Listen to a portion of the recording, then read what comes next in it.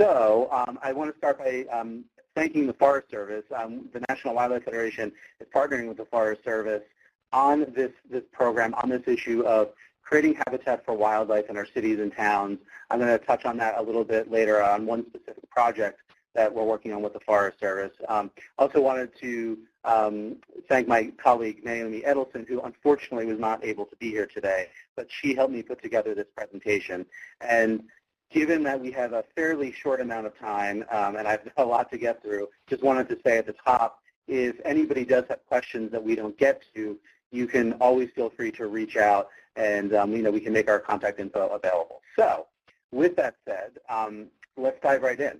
So as I mentioned, I'm with the National Wildlife Federation. We're one of the oldest and largest conservation education groups in the U.S. We've been around since 1936. Next year will be our 80th anniversary.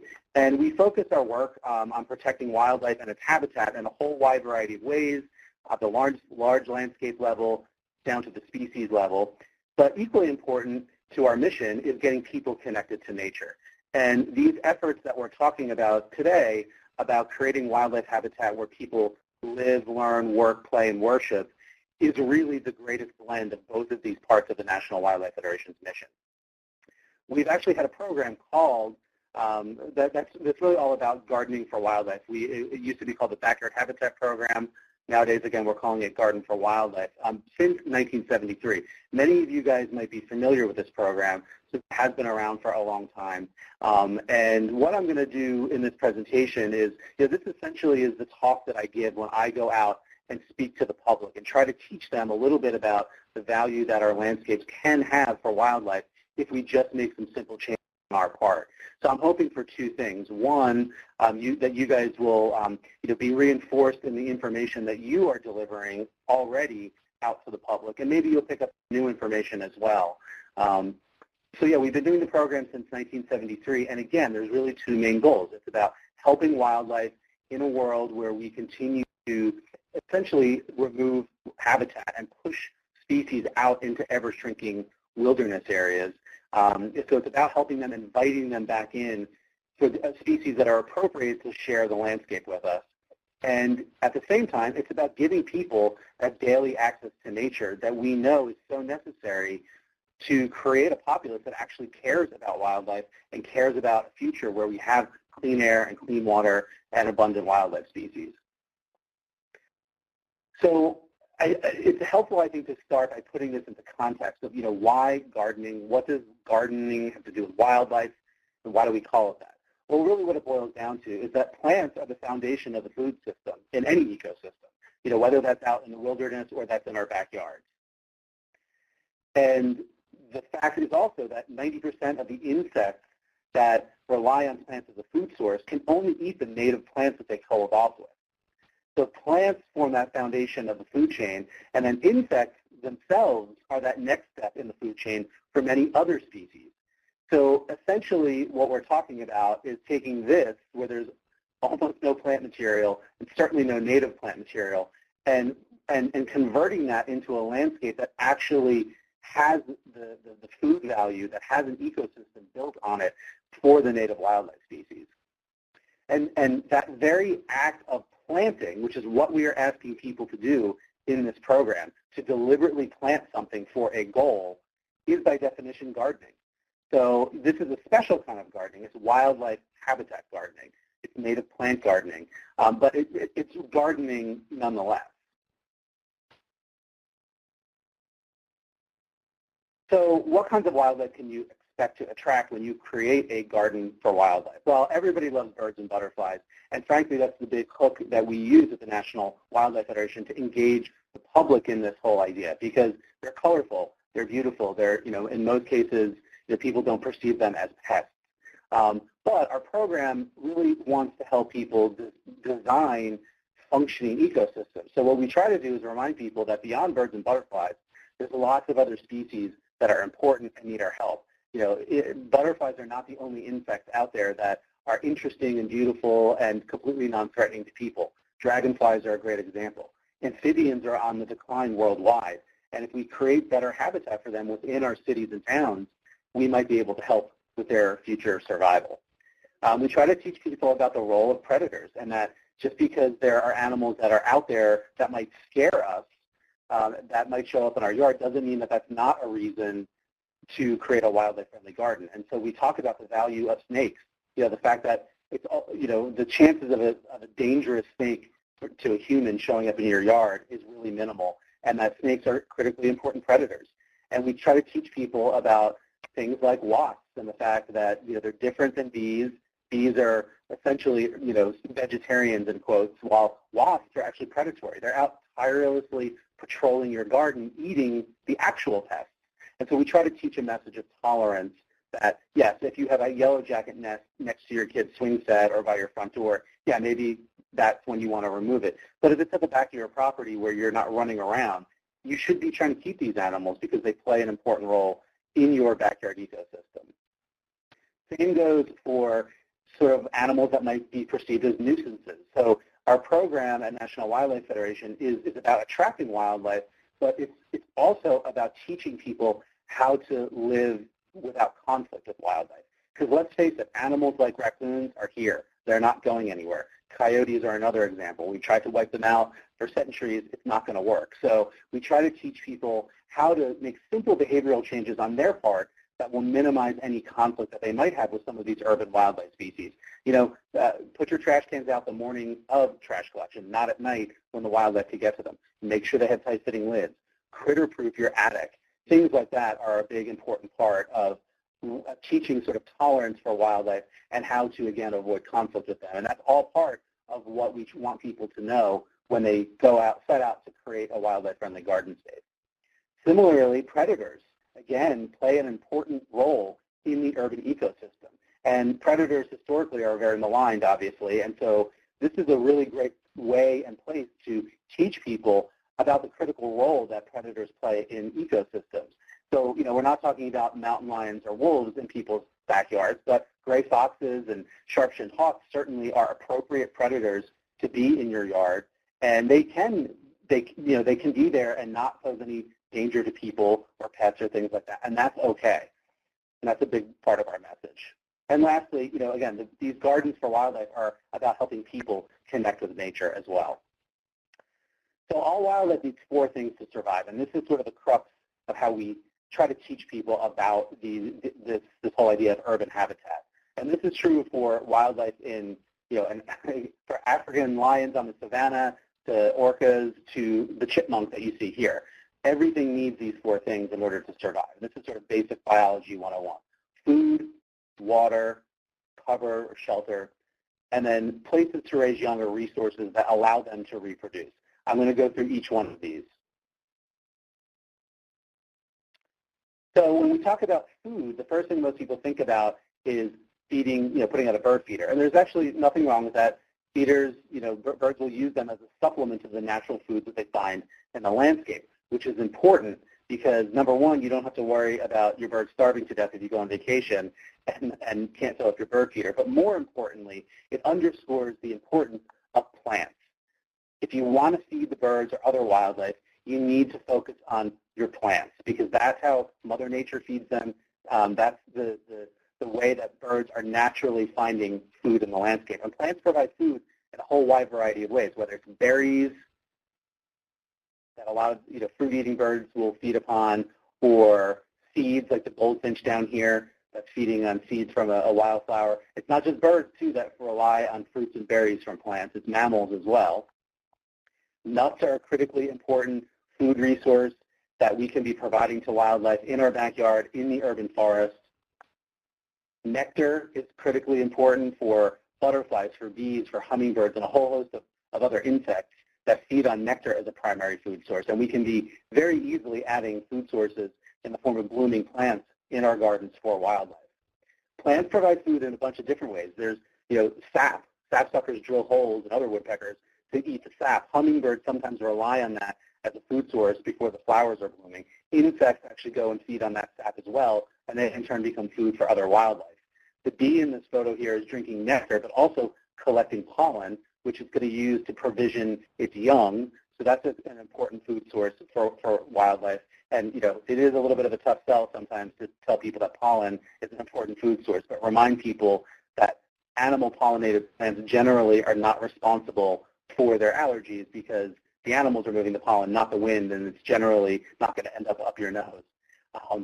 And then the last point about plants for being the major food source for wildlife is the fact that, yes, some of your foliage and some of your plants are going to actually get eaten by wildlife. But if you design your garden in a way that mimics the design of Mother Nature, you're really not going to notice the animals browsing. And if you create a diverse ecosystem in your backyard, then you're going to have lots of predators and parasites that are going to take care of a lot of the plant-damaging animals. So it really balances out.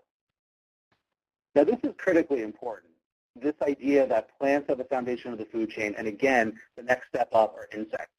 When you talk to people, especially the lay person who is just wants to see some pretty birds and butterflies in their yard, and they're not necessarily thinking in the bigger ecological picture, you need to point out to them that 96% of terrestrial birds, these are the birds, songbirds that people want to attract, rely on invertebrates to feed their young. And largely those invertebrates come in the form of caterpillars. Put simply, if you don't have bugs, you don't have birds. And so this is a really important way of driving home the message to the typical suburbanite that you don't need to be out there spraying pesticides like crazy. Because if you do, you're going to eliminate a critical food source for the birds that you're trying to attract. And of course, these caterpillars will grow into butterflies and moths. So that's another way that we can get people to sort of stop for a second and start thinking about some of the impacts that we're having in the urban and suburban landscape.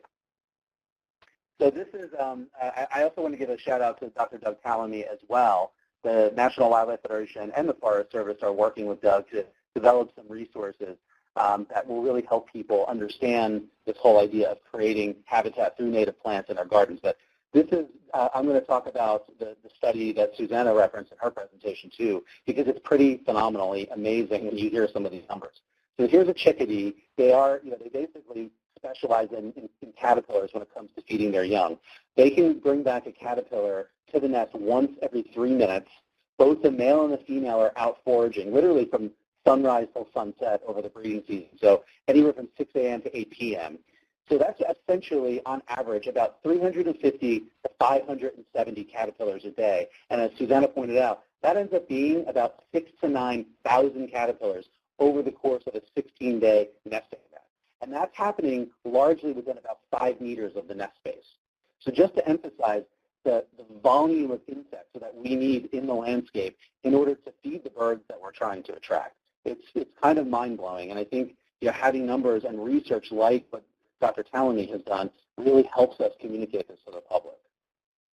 And again, it's not just chickadees. All sorts of different birds are feeding on insects, either themselves or as a primary food source for their young. And to put that in perspective, chickadee weighs like 0.3 ounces. A red-bellied woodpecker weighs 8 times that much. So, if you do some quick math, you can, again, see how much sort of insect mass we need out there in the urban and suburban landscape in order to support the birds that people want to attract, and also are critically important to the ecosystem in general. And again, it's not just birds that need to eat insects. These are all examples of different wildlife species that rely on insects as part of their diet, whether it's other insects or invertebrates like spiders, amphibians, reptiles, bats, even foxes eat a large amount of insects in their diet. So again, as we try to educate people about how to make a better, more sustainable urban forest, urban landscape, and it's easy to hook them on the idea of birds and even some of these other animals, but we've got to have healthy insect populations if we're going to have the rest of the wildlife.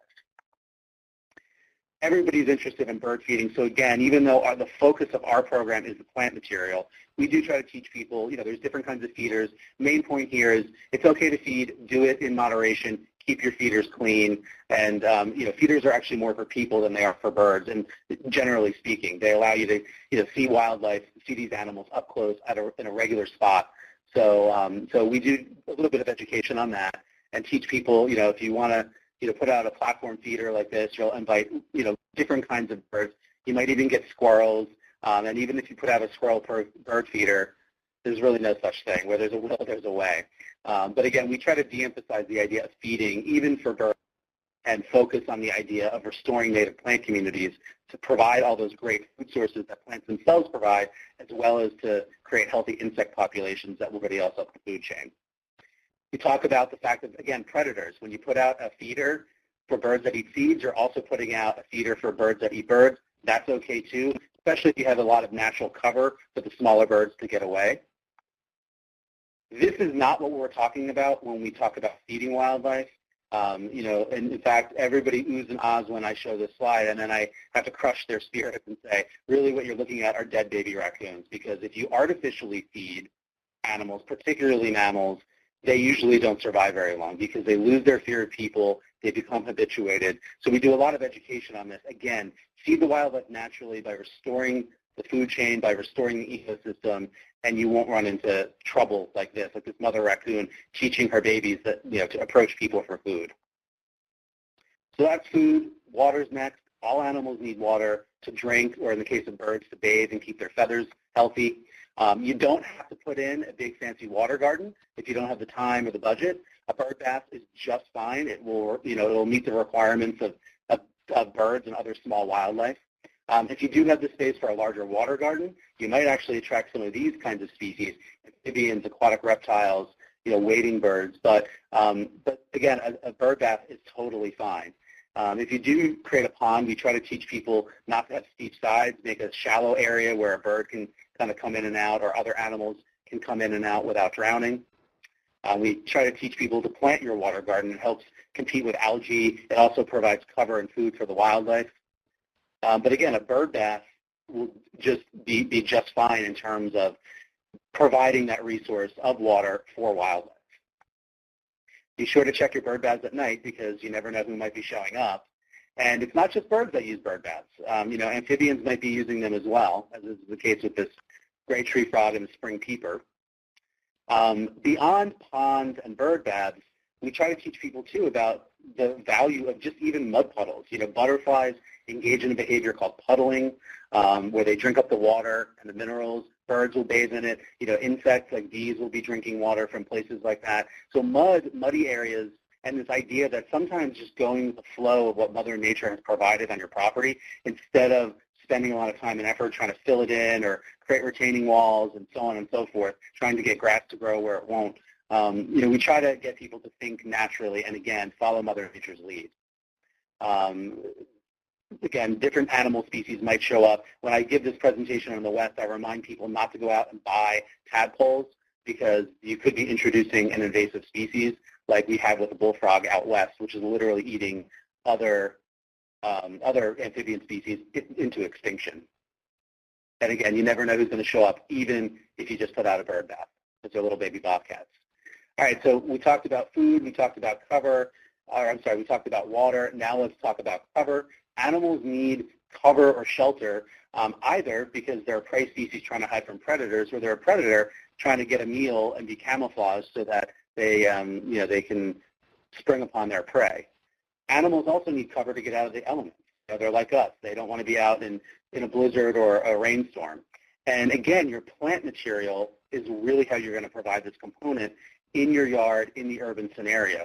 Dense plantings of native plants provide excellent cover for all sorts of animals, even animals as big as foxes, like on the photo there on the right with the, you might be able to see the gray fox kind of hanging out right there. So just, again, you don't have to really do much extra than plant your plants in a way that, again, mimics Mother Nature and creates these natural plant communities, and then will pretty much create this whole element of cover for wildlife. You want to think seasonally. Evergreens make great cover for wildlife, especially in winter months or bad weather. Some animals create their own cover, and that's okay. They dig burrows, and if they do that, you want to, we try to encourage people to leave them. Don't try to fill them in. You can create brush piles or rock piles, or even put out something cute like a soda boat. These are all ways of providing habitat, cover habitat for wildlife. Obviously, with a brush pile, not something that you can do in every place. In a very suburban area or an area that's there's fire concern, you don't want to do that. But this whole idea of creating a wildlife garden with these elements can be really implemented in so many different ways. So you don't have to do a brush pile, but if you want to, it is a great form of cover. And then sometimes you put out nesting boxes and other animals use them as cover. That's okay too. And then lastly, we want to talk about the fourth component of habitat, places to raise young. And this really kind of encompasses the idea that we want to make sure that not only we're feeding animals, giving them water, and making sure that they have cover, but they're actually reproducing and sustaining their populations. So again, look to your plants. Dead and dying trees are critically important, as Susanna pointed out in her presentation, for nesting for birds and other animals. Cavity nesting birds, again, are going to nest inside tree cavities. Other bird species will nest right in the branches. You can put out nesting boxes to mimic what, the natural cavities that are found out there. We try to teach people about poor nesting box design. I'm not going to get into that right now, but you don't want to encourage invasive birds like English sparrows. So it's important to put up a quality nesting box if you're going to do that. And then some species have completely different habitat requirements in different phases of their life cycle, whether it's caterpillars that need host plants, to grow before they turn into adult butterflies or moths, or tadpoles for amphibians that need an aquatic environment, and they breathe through gills before they complete metamorphosis. We're doing a lot of work right now on monarchs. Their population has plummeted by 90% for the eastern population, so we're really trying to encourage people to plant milkweed and, of course, nectar plants for them. And then if you provide those four elements, you also need to be gardening in a sustainable way. And I've said it a bunch of times already. If you mimic the natural plant communities for whatever region you're in your garden, both in the species makeup as well as the design, you're going to be taking a big step towards sustainable gardening. We try to teach water conservation. We all live in a watershed, so what you do in your yard or in the urban environment is going to impact animals right where you live as well as downstream. Try to teach people about controlling our pets. Domestic cats can kill up to 3.7 billion birds and other small animals, so we want to keep them indoors. We want to rely on natural pests or natural predators and parasites to keep pests under control. Again, we teach people not to artificially feed wildlife, and that includes bird feeders. If bears are coming to your bird feeders, you got to take them down. Again, the predator message is there. These predators are there. They're going to show up, and we have to live with them. It's up to us to keep our pets safe. And then as I start to wind down here, a huge part of the message of our program at National Wildlife Federation is the importance of native plants. They're adapted to the local regions, the local conditions, the soils, the weather, the climate. They're also the plants that animals co-evolved with, and they're the ones that are in sync with the habitat needs. These happen to be two Pacific Northwest plants. The last time I gave this presentation, I was out in Seattle, so I left those in there. But going back to Dr. Doug Tallamy's research, not all plants are equal when it comes to creating habitat for wildlife. Oaks, for example, according to his research, are supporting over 500 species of caterpillars, whereas a non-native species like the ginkgo only supports 4. And when you go back to that map that I shared and those numbers about chickadees as one example, you can see the huge difference in habitat for wildlife that can be created simply by plant choice. It's really, really important. And this is a slide that shows the difference between a landscape that's uninvaded, sort of by invasive species or exotic species, and one that is, in terms of the number of wildlife species that it will support, as well as the abundance of those species. Just some more examples of some of the numbers that really illustrate how native plants support way more caterpillar species and how that could translate into better, more quality habitat for wildlife all the way up and down the food chain, especially when compared to commonly planted exotic plants that are already out there in the urban landscape. Again, our native plants are much better at providing the habitat needs of our native wildlife, and exotic plants tend to not do as good of a job because, again, they haven't co-evolved. Just some more status or more data from Dr. Doug Tallamy on the difference between nutritional value of some of our native plants versus exotics in terms of the habitat value that they can be providing to wildlife. So really what we want to do is take us from this place where we're choosing plants in our landscape in the urban forest for, just strict survivability and functional value and decorative value, to one where we're actually incorporating the ecosystem services that they're going to provide in addition to those other things. So, we need to create corridors. We need to reduce the amount of lawn area that we have, and we really need to begin to help people in urban and suburban areas transition away from exotic ornamentals to native, and frankly, many natives are ornamental in and of themselves. So if we can make that change, we're going to go a long way in providing habitat for wildlife. And of course, we want to remove invasive exotics. These are some Pacific Northwest exotics that I was talking about in Seattle. We've got invasive exotics everywhere, so the more we can remove them and replace them with natives, the better. And of course, as I wind down here, because we're pretty much out of time, the last several slides here are talking about National Wildlife Federation's Garden for Wildlife certification. So our message is that you can do this anywhere. You can do it at home, you can do it in your workplace, schools, you can do it in urban areas, on balconies. If you do, we'll recognize those efforts through our Certified Wildlife Habitat Program. You can get a sign. It really helps spread the word to other people throughout the community that this is a good thing and that others should be doing it. In fact, we have a community-level certification where entire communities create concentrations of these wildlife-friendly spaces. We'll recognize that as well. So again, if you have questions about this, please reach out and I can give you more detailed information. And then lastly, just some resources. This is my book, Attracting Birds, Butterflies, and Other Backyard Wildlife. I hosted an Animal Planet series based on the book. We've got a best of DVD with 12 episodes. I write for these magazines, so check those out. In every issue, there should be an article about creating wildlife-friendly gardens, really, again, geared towards the layperson, the public. Some great books that you can check out: Noah's Garden by Sarah Stein, Bringing Nature Home by Dr. Doug Tallamy, who I've talked about a lot here. Really great reading and reference material, both for the professional and for the layperson.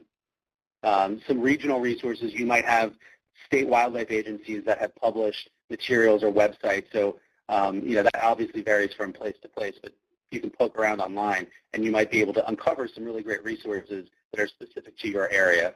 I'm on Facebook. That's another great way to connect with me. Naturalist David Mizejewski. National Wildlife Federation has a page. We also have a Certified Wildlife Habitat community on Facebook. We've got a great website filled with information, again, that even professionals, I think, will find useful.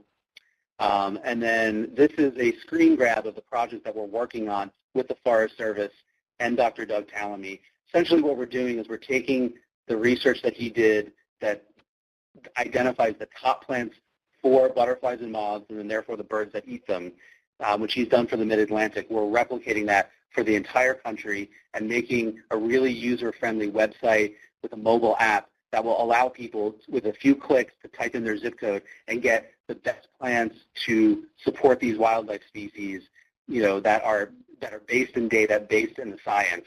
So this is going to be coming next year. We just wanted to give it a little bit of a tease today. We've also got a program called American Beauty's Native Plants that you can find in your local nurseries. It's a retail program. And if you want to get more involved and follow up, I would highly recommend checking out our website, nwf.org/garden. And if you go there, you can sign up for our newsletter, monthly newsletter. I'm the editor. We put together really practical information for folks to be able to create wildlife-friendly gardens in the urban landscape. So with that, thank you for inviting me here. And again, if you have any further questions, because again, we're pretty much a little bit over time now, feel free to reach out and give us a call, give us an email, follow us on Facebook, and we'll do our best to give you answers. Thanks.